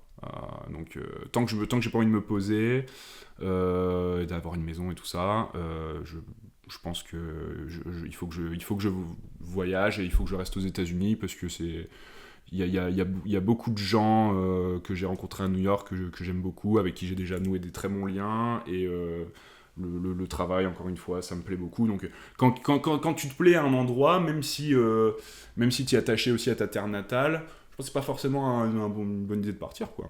Donc, oui.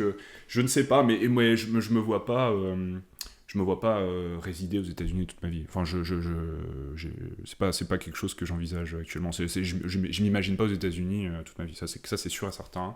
Et je pense qu'il y a une part de moi qui a toujours envie de rentrer en France. Donc tu vois. Parce qu'au final, les allers-retours que tu fais pour tu reviens 2 fois, 2-3 fois par an. J'ai la chance de pouvoir faire des allers-retours comme ça et de pouvoir travailler en France. J'ai beaucoup de chance. Il y a des gens qui peuvent pas. Il y a beaucoup moins de congés aux États-Unis. Donc moi j'ai quand même la chance de pouvoir faire des allers-retours comme ça et de vous retrouver. Ça me fait beaucoup de bien. Ça recharge un petit peu les batteries. Puis surtout, ça me fait voir la campagne. Que je ne vois plus beaucoup là-bas. La campagne française. La campagne. Quand t'es à New York, t'as pas beaucoup de campagne. Je suis allé courir en forêt tout à l'heure. Purée, waouh, j'ai l'impression d'être dans un désert, mon gars. J'ai l'impression d'être dans la forêt amazonienne. Non, je rigole. New York, il y a Central Park, c'est génial. T'es allé courir à Central Park? Ouais, j'ai fait tout le tour de Central Park. Et ouais, non, c'est le printemps en plus, c'est très coloré, c'est magnifique. En fait, mais t'es toujours en ville, hein. T'as toujours des klaxons, des trucs comme ça, tu les entends encore. Hein. Et puis c'est plein de monde. C'est plein de monde. Tu peux pas être tout New York, mais c'est le seul vrai parc de la ville, tu vois. Enfin, t'as des places, carrément. T'as des endroits avec des arbres, machin. Il y a des places, comme tu dis, mais tu vois, t'as pas de. Enfin, c'est tellement des buildings, c'est tellement des gratte-ciel et tout à droite à gauche. Enfin, des énormes routes. Enfin, c'est vraiment le temple de l'être humain. Enfin, tu vois, on a construit à max et tout pour. Et du coup, c'est le seul endroit qui respire un peu dans New York. Ouais. Mais c'est vraiment un parc industriel. Enfin, Bah, t'es toujours. tout est C'est urbain. C'est toujours urbain. délimité, c'est urbain. Il y a des routes qui traversent. T'as des routes, Ouais. t'as des ponts, t'as des. Mais du coup, c'est un énorme parc. Hein. C'est un énorme parc, mais par contre, j'adore. Enfin, je trouve ça hyper agréable d'être là-bas, même si t'es toujours en ville. Oui. Voilà, forcément, tu vois. Mais heureusement que ça existe, parce que Heureusement je que ça pense que existe. c'est quand même le poumon de poumon, New York et le poumon de beaucoup de New-Yorkais. Il y a beaucoup de gens leur qui permet aimeraient bien. d'inspirer. Il y a énormément de gens qui aimeraient bien s'en débarrasser de Central Park. Hein. Ah ouais Pour le business, mais voilà. Parce que enfin, je veux dire, la superficie de Central Park, si tu construisais dessus, ça représenterait des profits pour des promoteurs immobiliers de milliards et de milliards, de dizaines de milliards. Donc, comme il y a beaucoup de corruption aux États-Unis, plus qu'en France, un petit peu plus qu'en France, les idées des politiques sont souvent alignées aux idées des businessmen. Et du coup, potentiellement, il y a un mec un jour à New York qui va arriver, un mec comme Trump, un malade, qui va dire on rase tout le parc et comme ça, les promoteurs immobiliers vont pouvoir s'enrichir. Faudrait... Parce que et en échange, il me donne un petit billet. Enfin, je veux dire, tu vois, c'est ça qui est très drôle aussi. Central Park, c'est vraiment un rectangle. Ouais. C'est pas genre un vrai parc. Mais on a construit autour. C'est vraiment, on a construit et on a laissé un rectangle pour se dire, ok, on a quand même, c'est quand trop même bien. arbres, quoi. Mais moi, je trouve New York formidable. Je trouve que New York, c'est un modèle d'urbanisme, un exemple. Le métro fonctionne à merveille. C'est hyper facile de se déplacer. Tout est hyper bien aménagé, tout est hyper bien aménagé, et on a l'impression qu'il y a beaucoup de buildings. Alors ça, c'est vraiment le stéréotype. Pas du tout. À Manhattan, il y a plein d'endroits où tu vas pas avoir de buildings, et il y a plein de petits quartiers très chics, un peu à la londonienne. Il y a un mix de plusieurs, c'est très organisé en quartier, mais en même temps tout est super bien interconnecté, et du coup ça donne une espèce d'harmonie à la ville, et c'est assez utopique, même s'il y a toujours des meurtres et tout comme ça. Ça par contre, et c'est sale. C'est assez sale aussi. Enfin, je pense qu'il, par rapport à San Diego, en tout cas, moi je me suis retrouvé dans une ville là assez sale. Je pense qu'il devrait faire un petit effort sur la propreté. Il y a autant de rats qu'à Paris, je pense. Même plus. Je pense que j'en ai vraiment vu beaucoup. Donc un peu assez mitigé, mais quand même plutôt un bilan positif vraiment sur l'urbanisme. Et Central Park, c'est génialissime. Avec l'été qui arrive, le nombre de pique-niques, de spike-ball, de volleyball, de running, d'opportunités de prendre l'air. Au final, il y a tellement de monde qui habite à New York. Est-ce que Central Park, c'est assez grand pour accueillir tout le monde ? Alors, tu vas avoir du monde. En particulier parce que il y a une piste cyclable qui fait tout le tour du parc, qui est la piste la plus large que les runners empruntent également. Et tu vas aussi avoir quelques piétons. Donc, en général, c'est vraiment là où tu vas avoir un flux de marcheurs, de cyclistes. Oui, et d'ailleurs, c'est une piste cyclable qui est à sens unique. Ouais, ah oui, heureusement. Heureusement.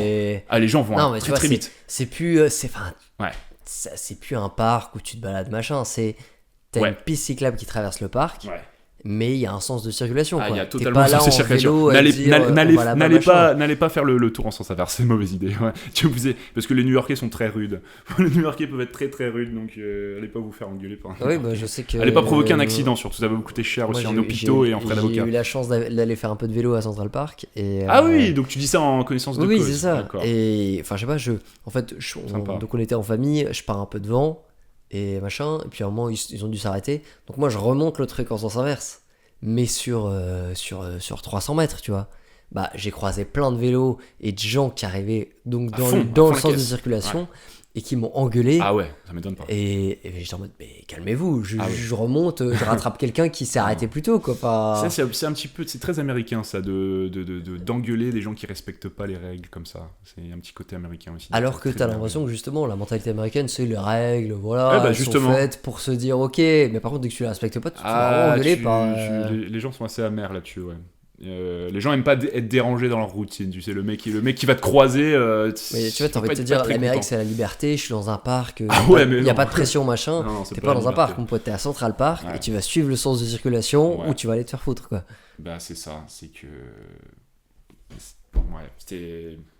T'es toujours dans la ville, t'es toujours obligé de suivre un espèce de code, c'est codifié. En fait, tu fais partie d'une ville où il y a plein de monde autour de toi, donc il y a des règles, quoi. C'est tout, même dans les parcs. Et c'est vrai que c'est un petit peu embêtant, mais après, il y a aussi plein de petits chemins, en fait. Parce que là, on parle vraiment d'une route. Hein. On parle d'une route avec beaucoup de trafic, mais à Central Park, c'est tellement énorme. Enfin, je veux dire, t'as plein de petits chemins. En fait, c'est génial de se perdre dans Central Park.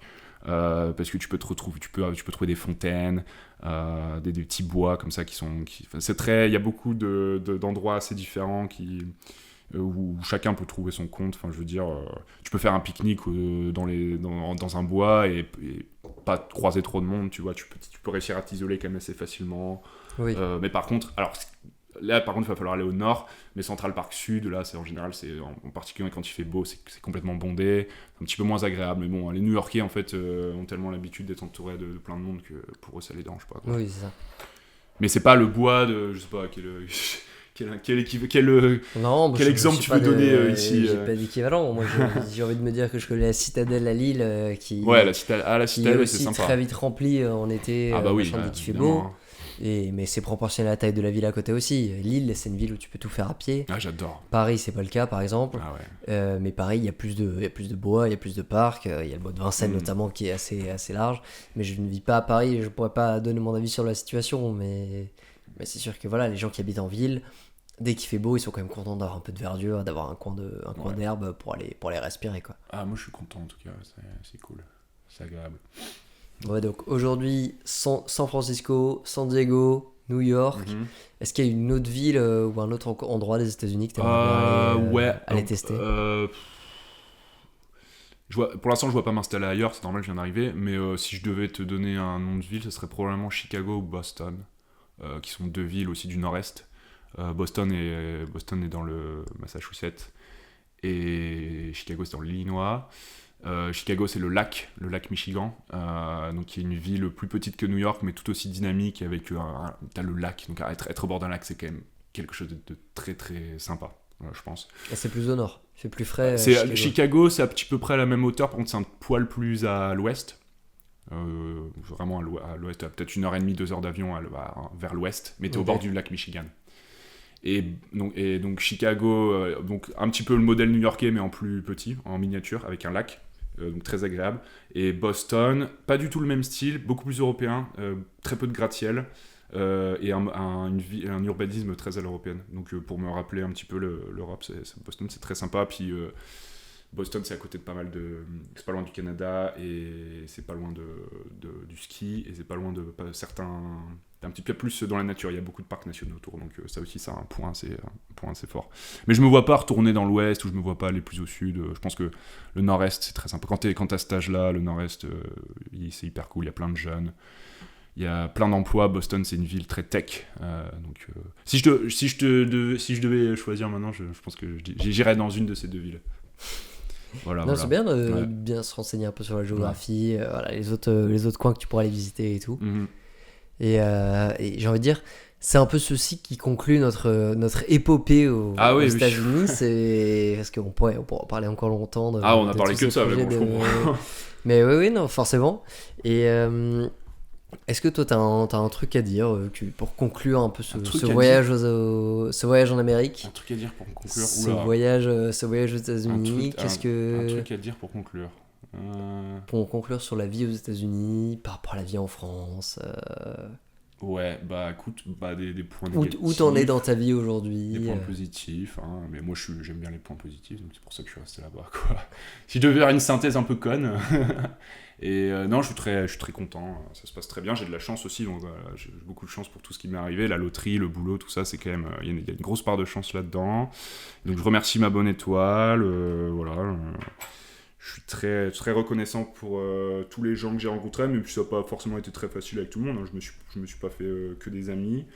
Je suis content de continuer à découvrir cette culture-là, qui est assez unique au monde, mais qui me plaît bien dans l'ensemble. Écoute, j'ai pas forcément de conclusion choc à t'offrir, mais voilà, petite synthèse.